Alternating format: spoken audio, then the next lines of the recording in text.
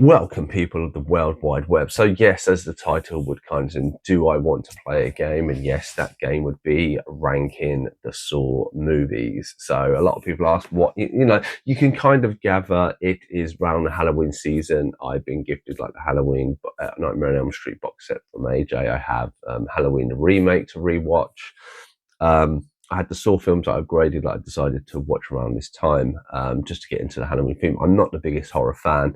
And to be honest, watching it all, I have kind of come to the conclusion, and that conclusion will be at the end of the video, and I have a few little other bits going on. So please do hang around if you want. I don't know how long this video will be.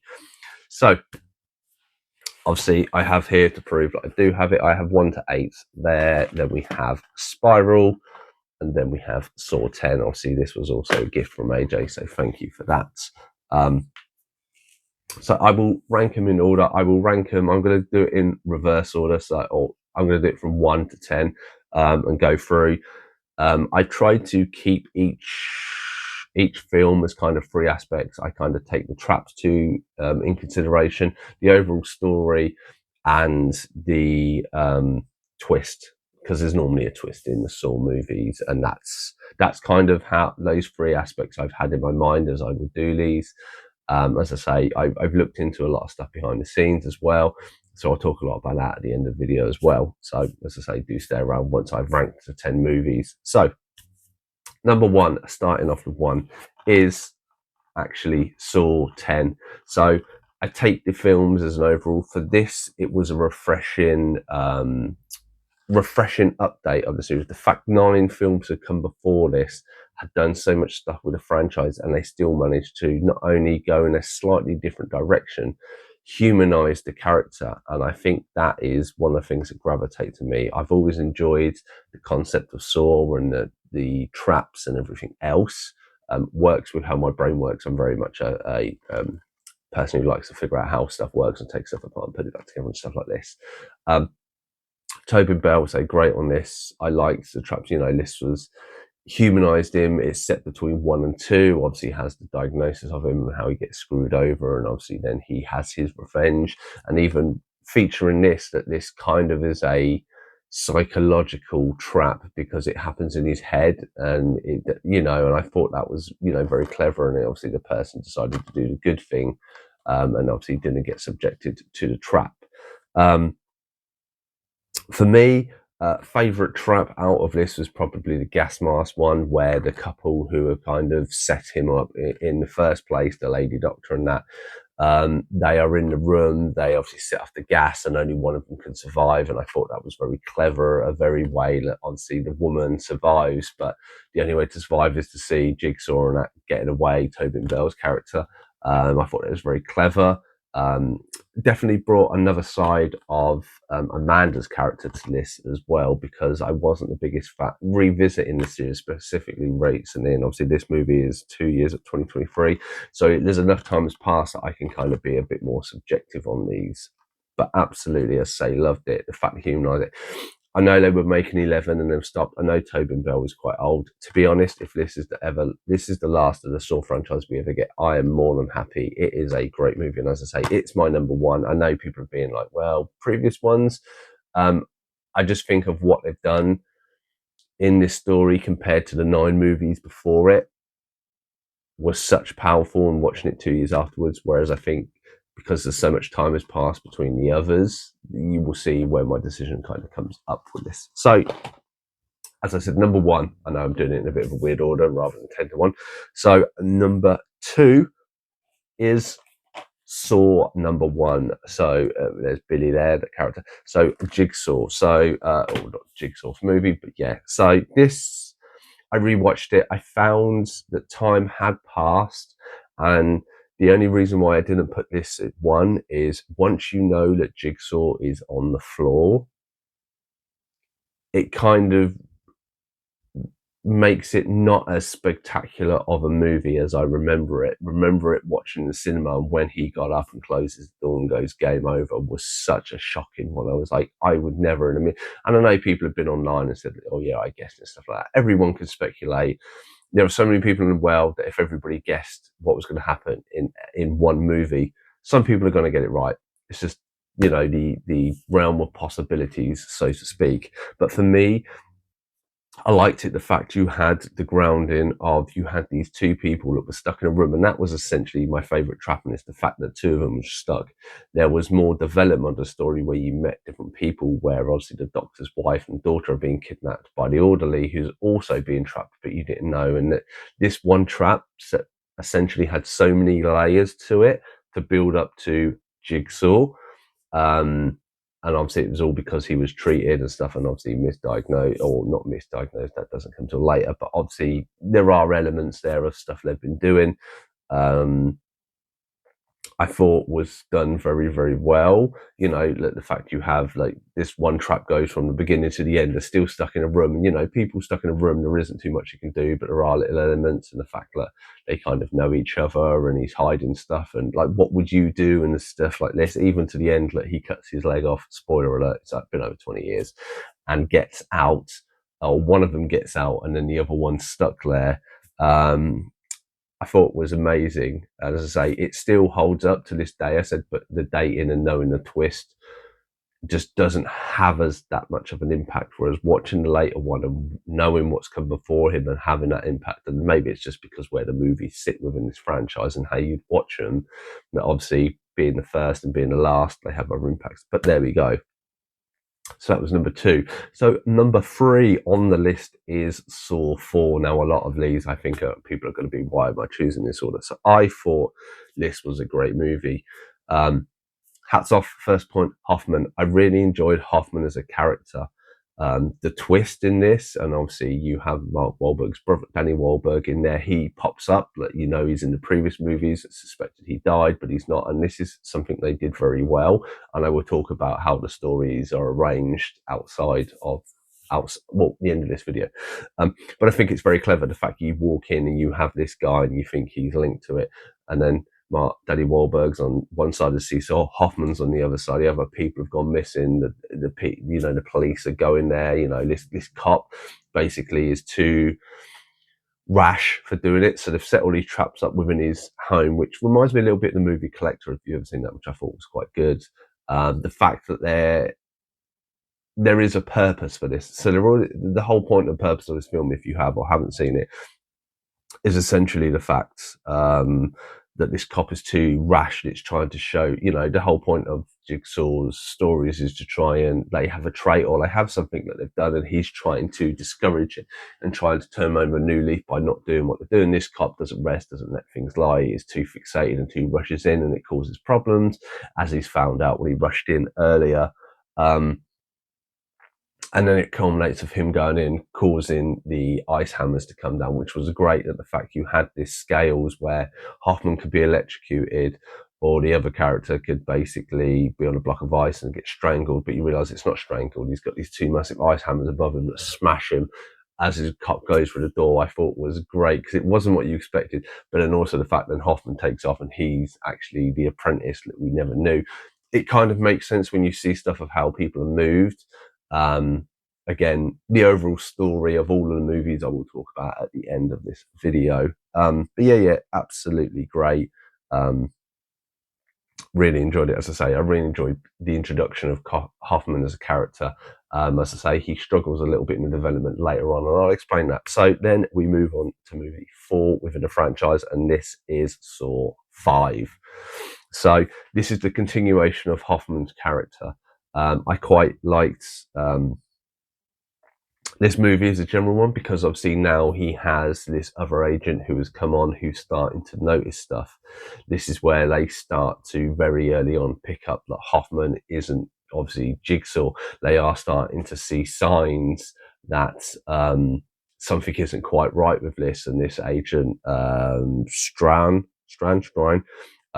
is obviously picking up on stuff, and obviously knows that Hoffman is responsible for this. Thought this was quite clever. Obviously takes it in a bit of direction, because Hoffman is trying to still be who he is. He's trying to be the sole survivor of the disaster from the previous one, as the, you know, gets accommodation, but unfortunately due to a miscalculation on his part, not all of the people have survived, and you know, he has to kind of go and resolve his loose ends, but also trying to be the person he's trying to be, and be the Zypon, the new kind of Jigsaw character. And there are so little elements that go, there's so elements that go on here. As I say, his character, because kind of people know him and he's being tracked and stuff, there are a few little this story, it's good, but it's just missing a few elements that could make the more character. And this is where then his character flails a little bit within 5. The one thing that I really take away from this, and my favorite trap is the pints of sacrifice, is this is where you have the people that wake up, they're in the room, and obviously one gets their head sliced off, and where you go into traps. And this is the first time we get into a situation where essentially you find out at the end, and I'm going to spoil this one, that all of them could survive. If all of them worked together, that they could have survived all the way to the end, and it'd be a small sacrifice and they make it out. Unfortunately, because of greed and the human characteristics, and people don't want, kind of turn on each other, it doesn't happen, and there's only 2 left. And I thought that was very, very clever. I thought that, it's come to an end to have there's these 5 hand spaces where you can put your in for the saw, and that if we all would have worked together, and I thought that was very clever. It was Hoffman kind of took the whole Jigsaw philosophy and taking it on and go, actually, well, everyone can survive, but if you just work together and be better people. And I thought that was very, very clever. And that little twist really made it for me, especially you realise it at the end. And then obviously the guy's hand that's been slit all the way through was gruesome, but great at the end. So that is film 4. So, or that is, sorry, the 4th film, the 5th film, which is 4 in my ranking. So movie 5, or ranking 5 in this, it is the Jigsaw movie. So this is Saw 8, just before Spiral. So this is after 3D. This is the one where we have 4 people wake up, they've got buckets on their heads, they're being dragged to it, and then you're taken. This has a few more characters built into it. You have a bit more of John now appearing Jigsaw, and you get to see he has some connections to it. This movie I thought was very clever. It's on the grave, but there are killings happening, and what is happening? You've got this doctor and his apprentice happen, and these people think there is some connection, and maybe the assistant's a bit of a Jigsaw nut, and she's collecting stuff. This cop is on the case, leading all the way to a kind of showdown, so to speak, which everybody kind of culminates at the first place. Something happens, and then magically enough, a trap between 2 people, and then the real Saw survivor is found, and then you find out that what you've been seeing throughout the story was actually in the past. It was one of the first games, and there are connections to it. And there was the fact it was in the past, but also in the future. And Nelson is obviously then revealed as he is kind of the first apprentice of it, and he had issues when he came back from the army and that, and obviously John was helping him to fix it with doing these concoctions and designs, and that helped him to get through his kind of PTSD, so to speak. And I thought that was really nice. Obviously, I think the army and PTSD and a lot of stuff is more American based, so this would probably hit home a lot more with American audiences than maybe other audiences. I could be wrong, I don't know that side of it. Obviously, my dad was in the military but doesn't speak about stuff for the UK and that, so it's hard to tell, but I really like their aspects. I quite like the fact they were all kind of linked to bits of done, like the bike, and I even think it was even clever when you realise the character that knew Jigsaw that gets all the way to the end, and then you realise what she had actually done and how they kind of misrepresent that. And there was these misrepresentations and stuff throughout the whole of the franchise that I thought are very, very clever. As I say, there was always lots of twists within the Saw franchise, and I think, there were a lot of these, especially the early movies, had some really, really good twists, very good misdirections. And I'm good at reading stuff. I say I've watched a lot of films. I've 4,500 movies, DVDs almost together, and I say I've seen more movies than what I have, and I've almost watched every single movie that I have. So I'd imagine I'm 4,000 in, and wife and people can tell me I'm quite good at guessing stuff, and I didn't guess this or a lot of the stuff in this. So that was Jigsaw, the 5th movie in the franchise. So the 6th movie in the franchise ranking is also the 6th movie. So this is essentially the person who was after Hoffman unfortunately gets squashed. He is then labelled as the killer, and Hoffman is kind of almost on the run. But we also bring into, now we're into the point of John Kramer's died, his wife has been brought into it, which you don't get to see much of. There is a kind of connection of where they all link. She has been given his will and testament, which is a box from the previous movie, and what that is linked to it. And as I say, this goes on, and essentially this whole story is, you have that his wife has been given this package, there is something towards it, she has a mission to do, but we don't get to see do it. And then in the side you see the agency, who, the insurance company who didn't give John the insurance he needed. And this guy has then been tortured, and people he worked with, he goes for this kind of fun house of events where he has to try and save people. My favorite one with this was the shotgun carousel, where he has to choose, he puts his hand in and it kind of gets these big spikes put through it, and he presses these two buttons and he can open, and the shotgun has 6 shells and there's 6 people on it, and he has to choose which ones to save. And I thought that was one of the cruelest ones to do. Obviously you have a inkling of where this story is going, and is he after his family, and then it turns out to be his sister, and it turns out he screwed over someone else, and he basically Hoffman has given them the option to sacrifice this guy or not, and obviously the mum doesn't but the son does. And I thought that was very clever and a bit of kind of justice. I know it's extreme justice, but I still liked it. Obviously Jill portrays Hoffman at the very end, puts a reverse bear trap on him, and it looks like he is going to die, but he manages to escape, which was, I think, a good ending as well. And kind of, you could see stuff was then starting to come to a head. So as I said, the 6th movie is the 6th film. So we go to number 7, and funnily enough, number 7 is the 7th film, the 3D film that they tried to make it. Now, I didn't watch this in 3D. I don't have the 3D capacity, so some of that is lost in there. This was the point in the franchise where I did notice more there was kind of fake blood than real blood and stuff like this.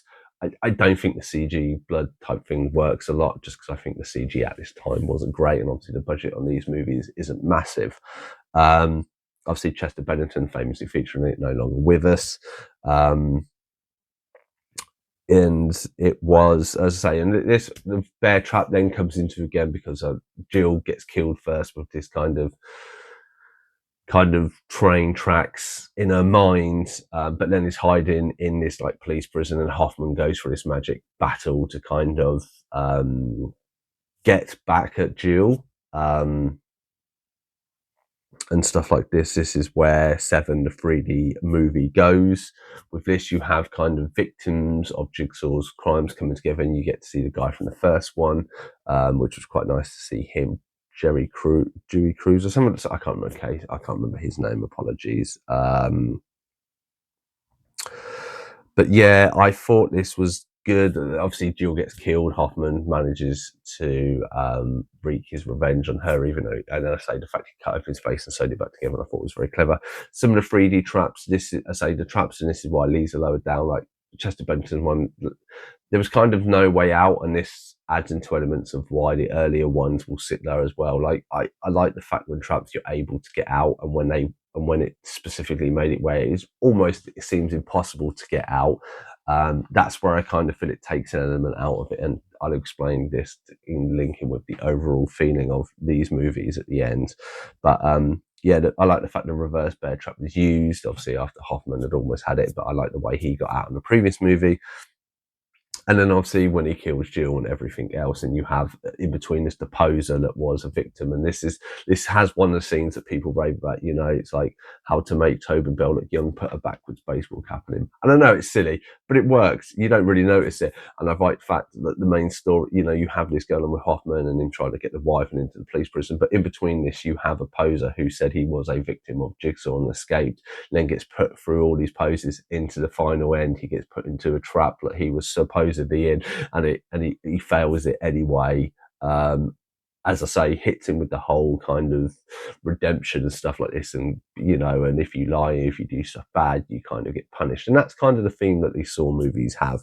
But yeah, really like it. And then at the end, he's obviously captured. Hoffman is captured. He's then locked into the basement from the original movie, and then you find out he is the guy who cut his finger off. He is become his Jigsaw's apprentice after the first movie, but also something that is never relayed, he has two apprentices with him, and we're told from behind the scenes that the two kids that had the sword at the very beginning, where the girlfriend who's been cheating on them both is on there, those two are his disciples. Now, I would have kind of liked that to go in a new direction, but they never did that. Saw 7 kind of finish off the franchise, because then they went to the future and then they did Spiral. Okay. So then we go to the 8th movie in it, and just mentioned it, it is Spiral. So there are a lot of elements that I like of this movie. I like Chris Rock. I think he's a good actor. I think he played it. Samuel L. Jackson kind of plays Samuel L. Jackson. I don't say phones it in, but they kind of have him playing who he is. Chris Rock doing what him, I enjoyed the movie. The glass cutter thing I thought was by the harsh, and them having a story where it's from the book of Saw, and there is this new killer that just doesn't talk. He talks differently, but kind of does the same sort of thing. And then you don't see it coming because you don't realise there is a son, because the character's kept hidden throughout the whole of the story, and you never see him until the end, and then you realise what it is and gets away. I thought it should have just the killer in this could have been him, but how he reacted to traps and how it was done, it should have been very different, but a core concept. And I think they should have come up with something different. They didn't do, and even the fact of like Chris Rock wanted to reboot the franchise with this, and the fact he had the cops. I think the fact we had Hoffman, who was a cop with this, and then obviously you had the Doctor Nelson in the later ones. You have so much of the cops aspect of the previous movies that it didn't bring something new. It just brought more storytelling on the cop side of things and less of the trap side of things, because obviously this is more focused about one person and stuff like this. But it is what it is. As I say, I enjoyed it. It's not the worst film in my eyes in the franchise, which is surprisingly, because one of the great films that I thought of this, number 2, sits in a very different position. So anyway, that was number 8. So we have 3 and 2 left. And as I say, I really liked 2, but unfortunately 3 sits at the number 9 position. So Pig Fat, I love the pigs, and so this is the doctor who basically, or this is the guy who's basically sent for the different trials, while Amanda has kidnapped this doctor to try and help Jigsaw survive, because obviously he's got this incurable disease, and she's trying to do stuff like this. I liked this movie. The reason why it feels really low is I have problems with Amanda. Amanda definitely redeems herself in number 10. In the story, when you find her, you can understand why she became the apprentice and she's in the position that she is. The issue I have with it is, as the traps get closer, you can't win them. You find out, there is no way to win, and she kind of, fixes all the traps. And I think this really turns me off the character and turns me off the whole concept of this, because it was always supposed to be everybody's got an attempt, everybody's got a chance to survive in these movies, where that isn't really a case. Those are the ones that don't work for me, because they don't really kind of follow the core ethic of these movies. As I say, I wasn't the biggest fan of Amanda, but the fact, obviously, she is, she has that, and then she's tested at the end and she's killed. And then you find out that the whole point she kills the doctor, and obviously the doctor is linked to the person there. I thought was quite, again, I didn't see it coming. I thought the ending was quite good of how they kept these two stories. They're linked, but you don't know it. But because of Amanda's how she is, and the thing is that's why the later movies work better, because when you find out later on, you find out that actually Hoffman was coercing Amanda to kind of rig the traps and kill people, because he had something on her, because he was she was with the guy who basically caused his wife a miscarriage in the later movies, but you don't figure out this until very later on. And that's why I like the later movies, because it does tie all this stuff in. And again, I'll explain more of that later on. So obviously Amanda's killed, Jigsaw's killed, and then obviously we had the autopsy at the end, and the new tape that leads on to number 4, and Hoffman, which I really enjoyed. So it kind of had it had really good one, and it flailed a little bit and then goes up.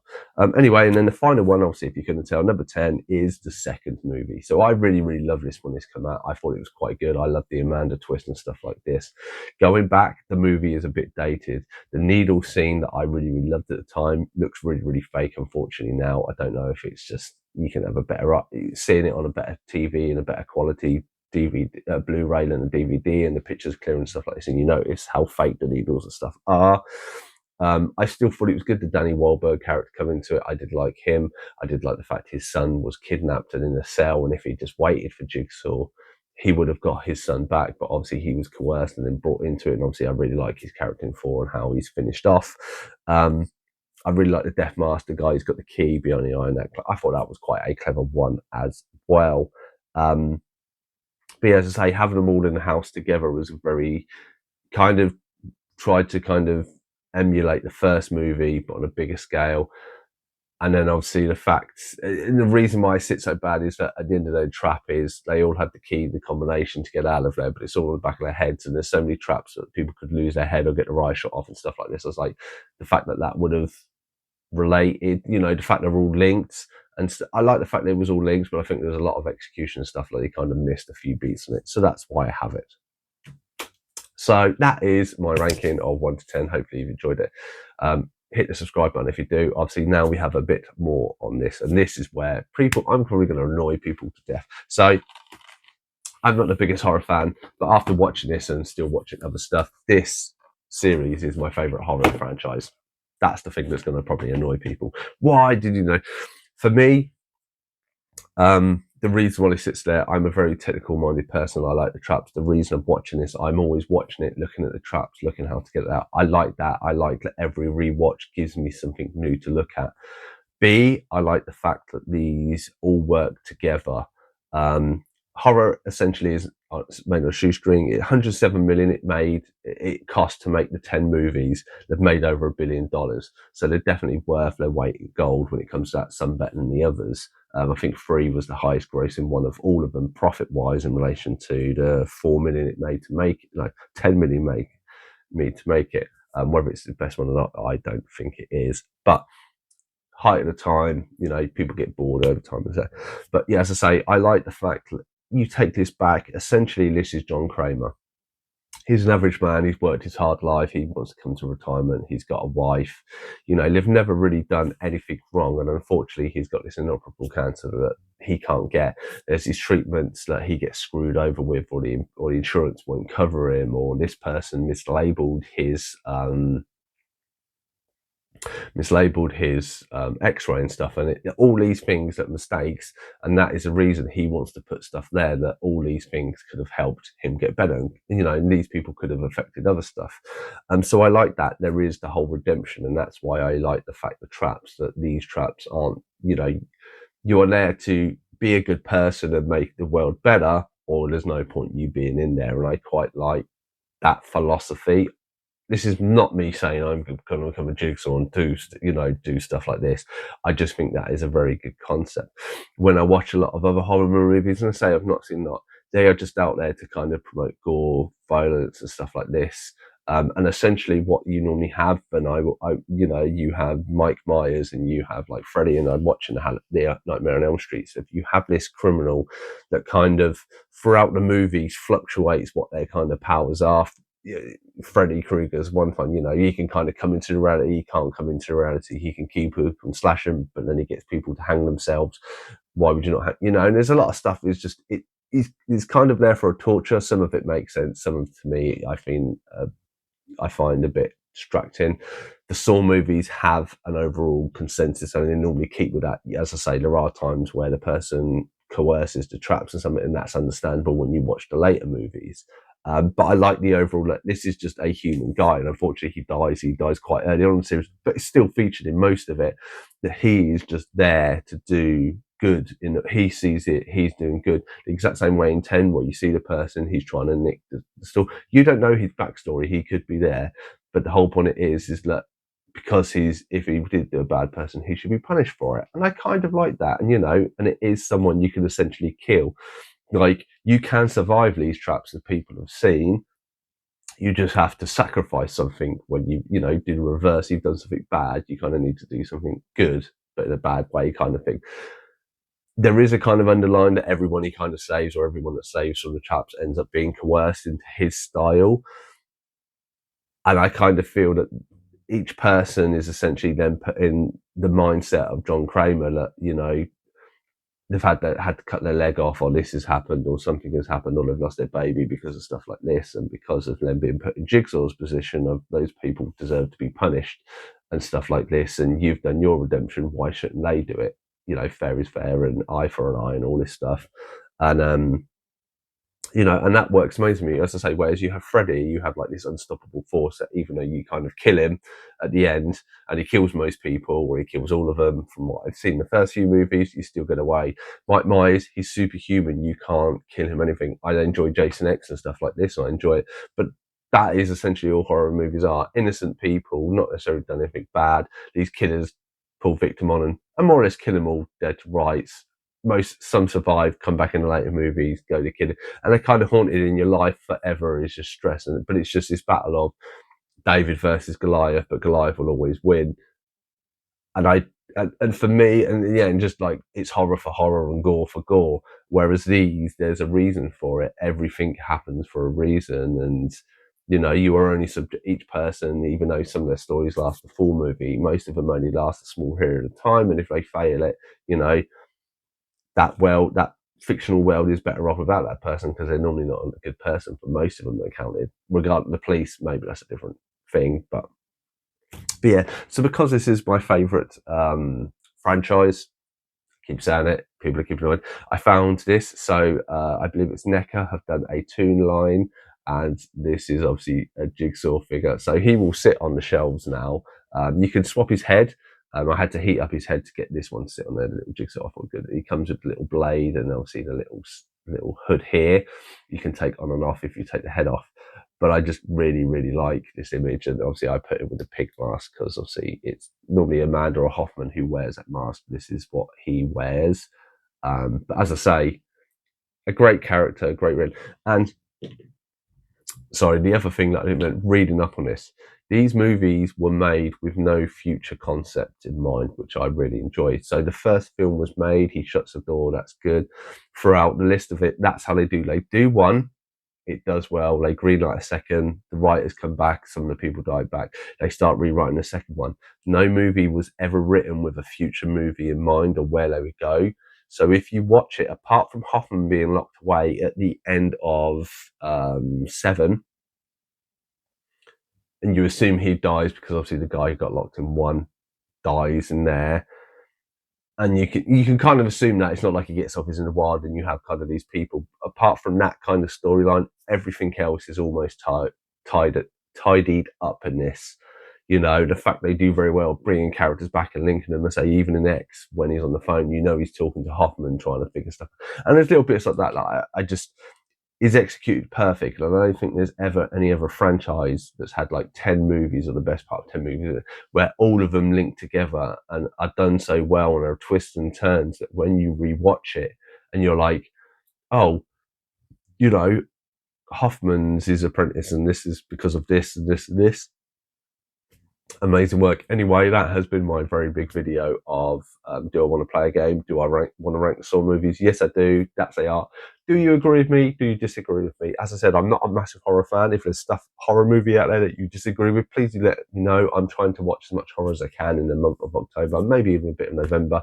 So I will openly look into other franchises and watch stuff and see if you know, your thoughts and feelings stand up to that. But otherwise, I've been Signal Screen Time. See you in the next one.